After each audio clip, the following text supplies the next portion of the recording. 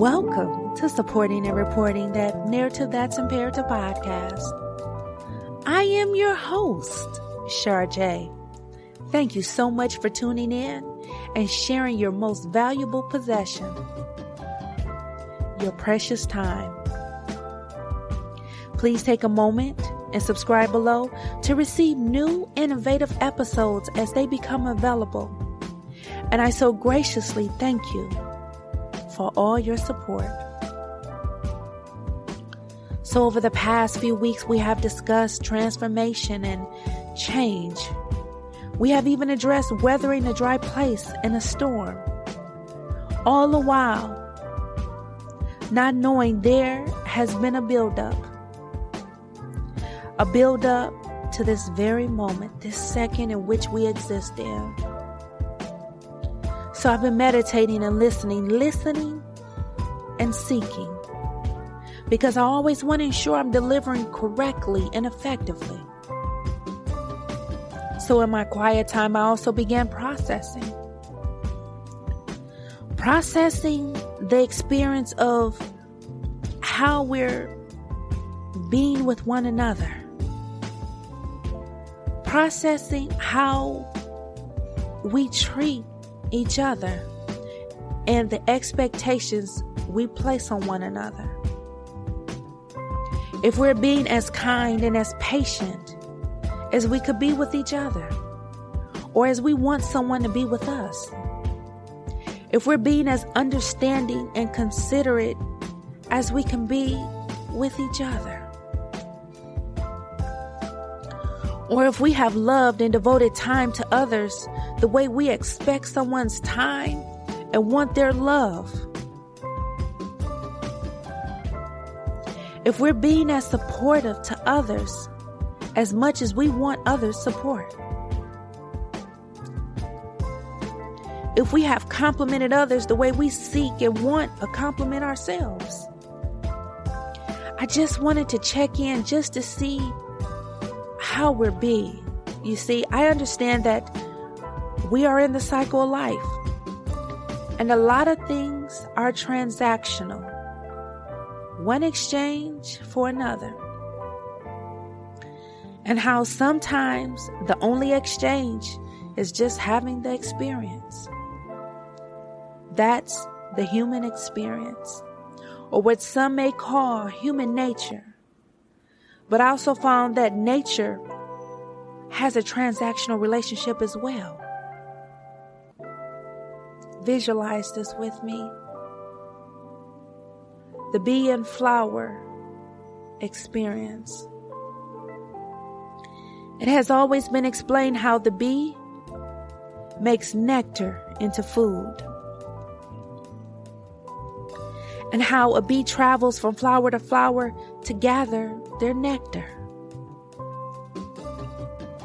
Picture this. When they land on the flower just to gather their nectar, pollen gets stuck to their fuzzy exterior. And as they go to the next flower to gather more nectar, they carry the pollen. And as they land on the next flower, the pollen rubs and falls off, pollinating the flower. This is an example of reciprocity. A mutual exchange. Bees get to eat and flowers reproduce. The bee needs the nectar and the flower needs to be pollinated. A fair and equal exchange. You see, after wondering this, I wondered if our experience of reciprocity has been just as fair and equal. In researching this, I only saw the transaction from a mutualistic standpoint. Sometimes things are just as simple as that. There's nothing to debate. There's nothing to challenge. There's nothing to dispute.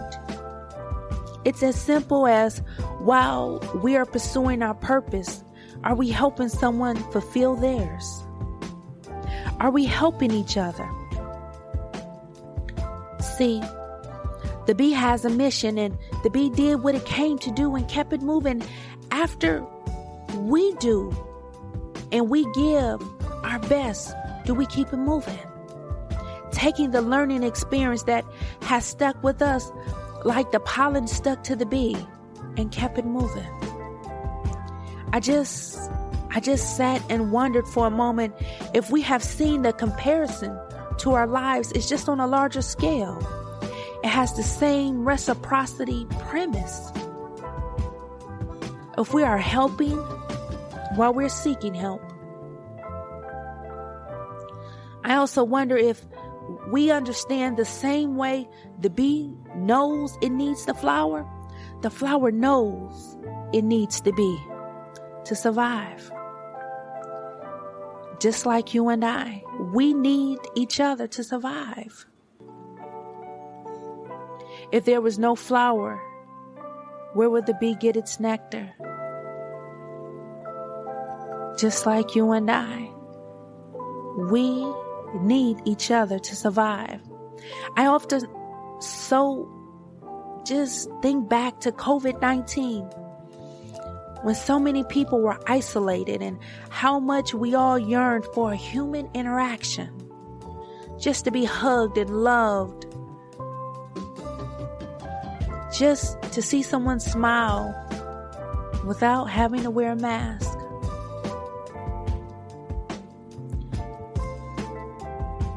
We need each other just as much as the bee and the flower needed each other. We need each other more now than ever before. Just reflect the next time someone makes you angry or unnerves you or gets on your nerves really, really bad. Just how it was not long ago, isolated and limited access. Or even worse, losing someone within a split second. Not giving a chance to fix things or a do-over. So often, this reminds me of my grandmother. She was the play no games type. She was older and experiencing some different health challenges, and one day we were talking and I asked her, I said, "Grandma, do you have any regrets, in life? Thinking back over your life, would you have done anything differently?" And she said, "Yes. I would have been a little kinder to some people." And I remember that day, that very moment, looking at her in her hospital room. Our eyes connected and we laughed. And I said, "Grandma, only some?" And she said, "Yes, only some." She said, "You have to start somewhere." And we laughed and we laughed and we laughed. But I often remember that day because my takeaway was that overall, she was still going to be a little kinder to someone. Please seize this moment. No one knows what the next moment beholds. Please be a little kinder today than you were yesterday. Be a little loving and a little more patient and compassionate with one another. A precious flower needs your help, and a bee needs your nectar. Thank you so much for your time, and always remember how much I appreciate you and how special the time we spent together is to me. And always, always make it a priority to have an amazing week.